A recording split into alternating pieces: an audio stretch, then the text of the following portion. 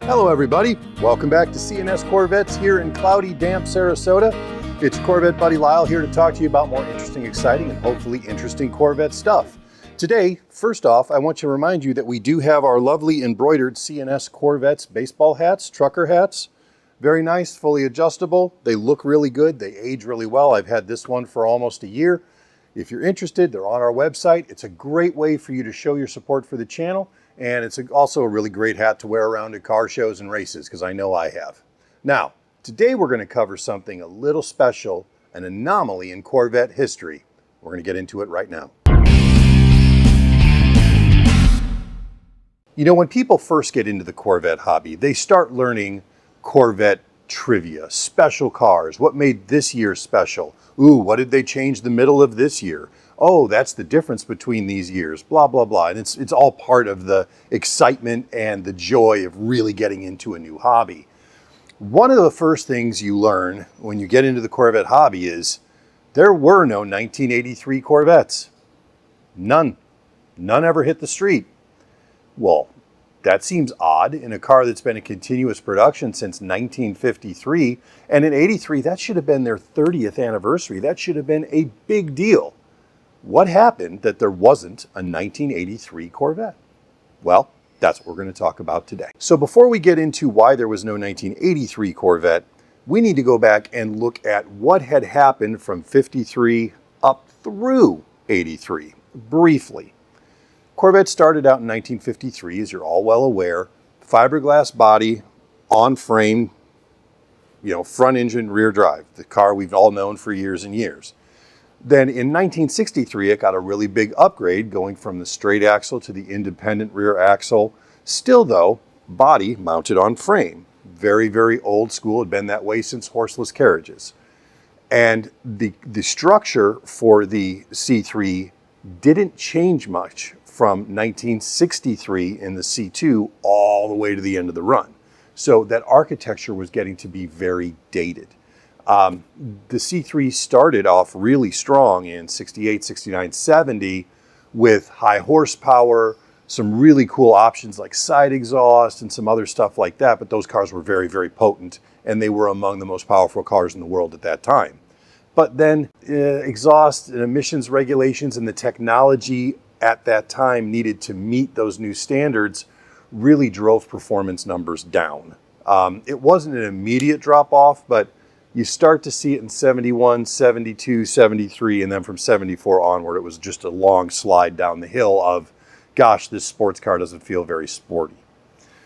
We also had the additional problem as new safety regulations came into play, additional safety features were added to the C3, and that added to the weight of the car. So reduced power, raised weight, you can imagine where this is going. It was no longer the near race car that it was, especially back in 68, 69. By the late 70s, the Corvette was no longer competitive with the offerings from Europe. Porsche, Ferrari, Corvette was now basically a really cool looking pleasure cruiser. It was no longer a sports car that was able to compete with the stuff coming from overseas. Well, GM, in their wisdom, realized that if the Corvette was going to continue to be their halo brand, their trademark, it was going to have to compete on the world stage, not just in the domestic market. So with that in mind, GM commissioned and built a new construction assembly plant for the Corvette in Bowling Green, Kentucky, which opened in 1981. Now, up till that point, all Corvettes had been built, other than the first 300 in Flint, Michigan. All Corvettes were built at the plant in St. Louis, which was a very old school plant, very old school environment. The Bowling Green plant was new. It had the newest, best technology, and it was built in preparation to put out the most potent, advanced sports car America had ever seen. So, they brought over production starting in 81. They did half and half, and then in 82, they did the collector's edition, all that, and that was where the Bowling Green plant really took over. The intention was they were going to introduce the new C4, this vaunted performance machine, in 1983 for the 30th anniversary of the Corvette. Makes sense, right? Here's the problem. It was initially planned for introduction in 82, then pushed back to the fall of 82, then pushed back to the spring of 83 due to delays caused by ambitious upgrades, which I will talk about in a minute. And by then, Chevy decided to just designate it as an 84 model, and because they viewed the car as so futuristic and they really wanted to make a splash, like, we're just going to skip the 83 model year and go straight to 84 because this car is so advanced. The 1984 Corvette that they had envisioned and had been developing since, well, the very early 80s was unlike any car GM had ever built before. Gone was the body-on-frame platform. This was very much almost a monocoque chassis where everything, almost like a unit body, but more of a stripped down, what we would call a bird cage, that all the parts bolted to. It was still a steel frame. Body panels were still going to be fiberglass, but beyond that, this was a very, very different animal from the Corvettes that had come before. There were huge leaps in chassis engineering, aerodynamic management, and overall performance over the C3. One of the things that, with all these advancements, one of the things that caused almost a whole year's delay in the engineering of the C4 was one decision made by the head of Chevrolet at the time. Originally, the C4 Corvette was designed to have T-tops like the C3 with the center bar running between the passenger's head and the driver's head, just like you know from all the 68 to 82 cars, and the way the Camaros remained all the way up through 2002. But GM Lloyd Roos decided well into development, all this work had already been done, that he wanted to have a one-piece Targa top, just like Porsche and Ferrari did, because at that time, those Porsches and that Ferrari, specifically the 348, was being featured in Magnum PI every week, and everybody loved the one-piece roof panel look. So he decided that's what the Corvette needed to compete with that level of car.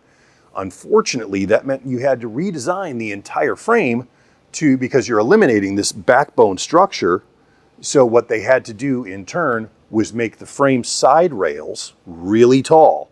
Well, by making those really tall, we got the tall door sills that we all know and kind of love, hate from the C4 that you have to basically step over to get into the car. And when you're sitting in the car, the frame rail is basically at your hip level.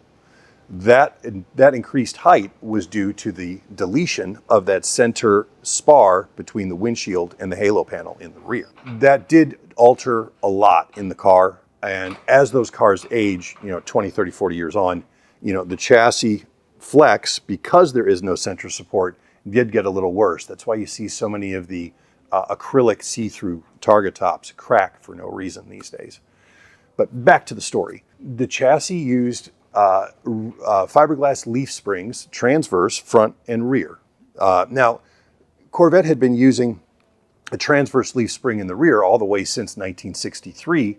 In 1980, 81, 82, with the addition of the Dana 44 differential, they started using on certain equipment groups a fiberglass composite leaf spring in the rear of the car. But 1984 was the first time that it was used front and rear. And this geometry and this system was so successful that they used it all the way through 2019, because the C7 had the same, slightly different design, but same basic idea, transverse fiberglass leaf springs front and rear. So that engineering idea lasted a long, long time and was very successful for the car. One-piece clamshell hood on the 84. Unlike the C3, where you open the hood, and the hood still opens from the back toward the front, but you're constantly leaning over the fenders to work on the car. Well, on the 84, the fender wells were actually incorporated to the underside of the hood, so that when you open the hood, not only could you see this beautifully laid out engine compartment, you could see all the beautiful aluminum suspension, and that just screamed race car stuff, and people really loved it. At that time, that was the largest hood ever fitted to an American production car. And it remained so for a long time until they introduced this thing called the Viper. And that's another story for another time. Now, once the difficult gestation of this 84 Corvette was done, it did hit the roads, and it got tested over and over by the car magazines. Handling was world class. It pulled 0.90 Gs in cornering, which was the best in the world at that time.